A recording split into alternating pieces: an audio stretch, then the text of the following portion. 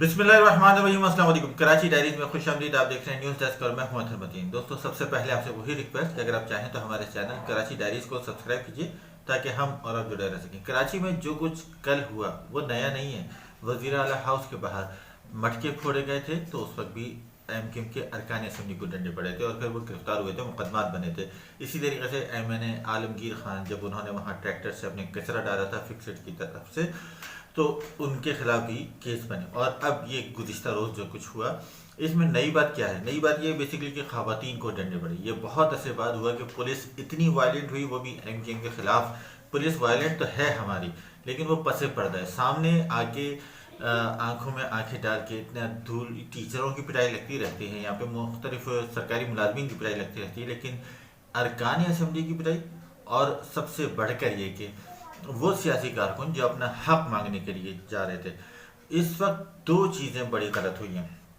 एक तो इसकी टाइमिंग देखें, धरने के ऊपर जमात इस्लामी के जो अरकान हैं और कारकुनान है, कराची की तंजीम है, वो बैठी हुई है एक काफ़ी अरसे। नंबर दो पर यह हुआ कि एमक्यूएम ने भी, पीटीआई ने भी गुज़िश्ता दिनों मुजाहरा किया था और अब एमक्यूएम की रैली वज़ीर आला हाउस की जानिब जा रही थी। इसके अंदर दो चीज़ें गलत हुई कि जब एमक्यूएम ने यह ऐलान किया था कि हम वज़ीर आला हाउस की जानिब जा रहे हैं तो उनसे मुज़ाकरात क्यों नहीं हुए?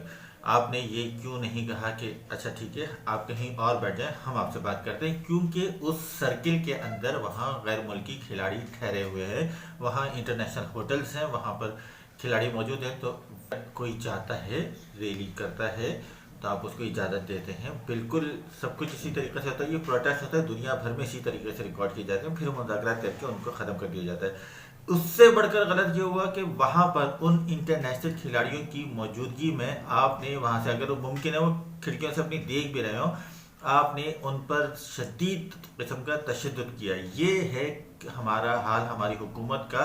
इतनी निरी और क्या कह लीजिए कि समझ से नाबलद हुकूमत है जिसने बिना सोचे समझे अरकान असम्बली के ऊपर शेलिंग की और लाठियां बरसाई, उनको डंडोरी करते हुए मोबाइलों में डाला, ख़वातीन को घसीटा। और इसके ऊपर मजाल है जो ज़रा सी भी कोई मजम्मत का बयान सामने आया हो, ये यकीनन इसके ऊपर बात की जा सकती थी। और 10 तरह के रास्ते होते हैं बीच के जिसके अंदर से कोई एक मामला निकल सकता है। लेकिन एमक्यूएम की तरफ से ठीक है, आप कह सकते हैं कि भाई वहाँ गैर मुल्की खिलाड़ी ठहरे हुए थे, एमक्यूएम को नहीं करना चाहिए था। मान लिया आपकी बात। आपने क्या किया उसके बाद? आपने टैकल कैसे किया? ये टैकलिंग जो है ना, ये आपके गले पड़ जाएगी। जमात इस्लामी इतने दिन से बैठी हुई थी, उनको भी यही मशवरा दिया जा रहा था कई हलकों की जानिब से कि भाई आप निकले, आप जब तक निकलेंगे नहीं आपको तवज्जो नहीं दी जाएगी, आप वज़ीर आला हाउस की जानिब बढ़ें। आपको क्योंकि यहाँ पर ना असेंबली का सेशन हो रहा है, ना कि कोई मुतासिर हो रहा है, बुनियादी तौर पर किसी को कोई मुश्किलात पेश नहीं आ रही थी।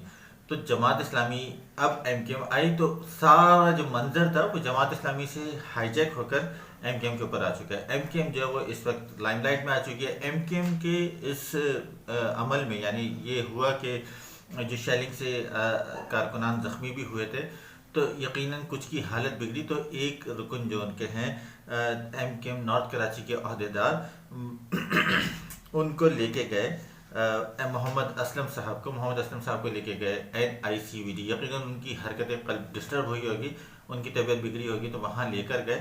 एमक्यूएम का ये कहना है कि वो उनकी शेलिंग से ज़ख्मी भी हुए थे और उनकी कंडीशन बिगड़ी थी। वहाँ पर उनको लेके गए जिन्ना जो NICVD के तर्जुमान के मुताबिक उनको 10:25 पे 29 मिनट्स पे लाया गया था और 6 मिनट बाद उनका इंतकाल हो गया।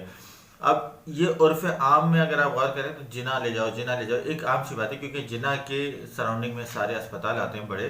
तो इसी हवाले से ये कहा गया कि इनकी जिना अस्पताल में मौत हुई, लेकिन मुर्तज़ा अब्बास साहब को सियासत का एक भरपूर मौका मिला। उन्होंने फौरी तौर पर बयान डाल दिया कि जिना अस्पताल में किसी की मौत वाकई नहीं हुई, कोई ऐसा नहीं हुआ। अब गौर फरमाइए कि मतलब ये लफ्ज़ पकड़ कर बैठ जाते हैं और उसके बाद अपनी सियासत की दुकानें चमकाते हैं। इस वक्त सबसे मजाक खेज बयान आया बिलावल भुट्टो की जानिब से जो कह रहे हैं कि एमक्यूएम साजिशें करना जानती है, वो साजिश कर रही थी, वो साजिशें कर रही थी। जनाब आप सिंध के साथ क्या कर रहे हैं? कराची को उसका हक नहीं दे रहे, कराची का हक मारने पे तुले हुए हैं। अभी हम आपके साथ इंशाल्लाह अगले व्लॉग में 2-3 कुछ ऐसे फैक्ट्स पेश करेंगे, ऐसे हकायक हैं, ऐसे नंबर्स हैं जो